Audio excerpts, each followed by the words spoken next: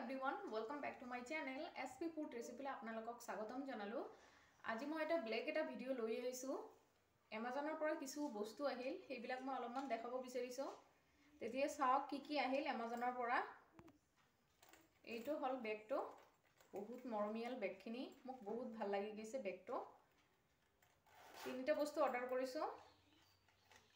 ইয়াৰ এটা দুটা তাৰ পিছত এইটো তিনিটা দি মমস কো আন্ডাৰ আইস ক্ৰীম এইটো হল। এইটো লগালে বহুত ভাল হ'ব আমাৰ চকুৰ তলত যে কলা কলা সেইবিলাক এইটো বিনাশ কৰি দিব, এইটো ভাল। তাৰ পিছত এইটো হল ক্ৰীম, এটা ফেস ক্ৰীম হয় ন্যাচাৰাল, এইটো ভাল আছে। তাৰ পিছত এটা আছে, এইটো হল সিরাম,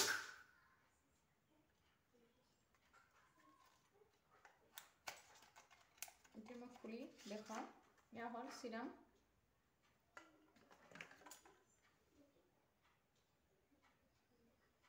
এইটো। এই তিনিটা বস্তুৰ দাম হৈছে 653 টকা লৈছে। আপুনি পাৰিলে অৰ্ডাৰ কৰিব পাৰে। এইটো ভাল হয়, প্ৰডাক্টখিনি ভাল হয়। আমাৰ স্কিনৰ কাৰণে বহুত ভাল এটা কোম্পানী। এইটো আপুনি ইউজ কৰিব পাৰে। যি সকল মমস হোৱাৰ পাছত আমাৰ চকুৰ তলত কলা দাগখিনি এনে আহি যায়, সেই কাৰণে এইটো কোম্পানীৰ পৰা প্ৰডাক্টখিনি আহিছে যেতিয়া ল'ব পাৰে, বহুত ভাল হয়। এইটো 2 টাইমছ ইউজ কৰিব পাৰে। ৰাতি শোৱাৰ আগত আৰু পুৱা উঠাৰ পিছত এইটো ইউজ কৰিব পাৰে। ডেইলি 2 টাইম ইউজ কৰিব পাৰে আপুনি। এনে ভাল। এই সববিলাক বস্তু এইটো বেগৰ ভিতৰত দি দিছে। বেগটো এনে ভাল আছে। তাৰ পিছত এইটো আহিছে স্পেন্ডলৰ পৰা। এইটো হল কেঁচা জলকীয়াৰ বীজ। এয়া আৰু আহিছে এইটো হল বেঙেনাৰ বীজ। এইটো খোলা হোৱা নাই, এইটো মই খুলি চাইছো, খুলি দেখাই দিও। ইয়া হল বীজ কেইটা, ইয়াত 50টা বীজ আছে কেঁচা জলকীয়াৰ।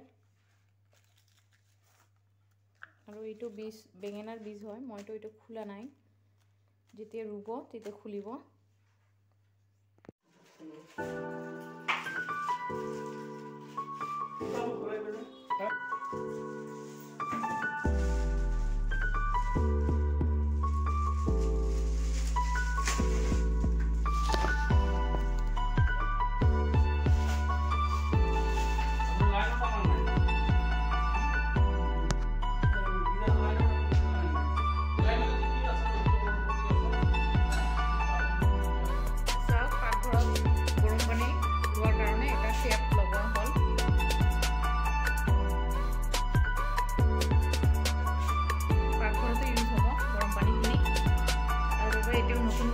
এইটোতো আগৰ হয়, এইটো নতুনকৈ লগোৱা হ'ল। তাৰ পিছত ঘৰৰ অৱস্থা খুব বেয়া, একেবাৰে বেয়া হৈ আছে। কি পৰি আছে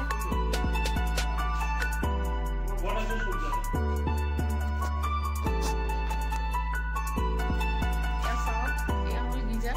ইয়াত এইফালে লগোৱা হ'ব বাথৰুমটোত। এনেকৈ আমাৰতো আণ্ডাৰগ্ৰাউণ্ড কৰা হৈছে ৱায়াৰিংখিনি। এতিয়া ওপৰৰ ফালে এনেকৈ পাইপ লগোৱা হ'ল। এয়া চাওক, মাইনা আহিলে স্কুলৰ পৰা আৰু কিচেনৰ বস্তুখিনি ইয়াত ৰাখি থৈ দিছোঁ বেডৰুমত। পুৰা ৰুম একেবাৰে নষ্ট হৈ গৈছে। ইফালে দি বৰ্ডটো আনি ইয়াতে লগাম। কালিতো গিজাৰটো লগোৱা হ'ল, মইতো আৰু ভিডিঅ' কৰিব নোৱাৰিলোঁ। বহুত কাম ধুই বহুত কাম হয়, জানে চবে জানে। ঘৰত কোনো এটা কাম কৰিলে, ঘৰৰ ভিতৰৰ কাম হ'লে বেছি দিগদাৰি হৈ থাকে। সেইকাৰণে আজি অলপমান দেখাওঁ কেনেকৈ লগোৱা হ'ল গিজাৰটো। গিজাৰটো এনেকৈ লগোৱা হ'ল। এইটো আমাৰ 15 লিটাৰ হয়, 8000 টকা লৈছে। বাথৰুমৰ দৰ্জাৰ ওপৰতে এইটো লগোৱা হ'ল।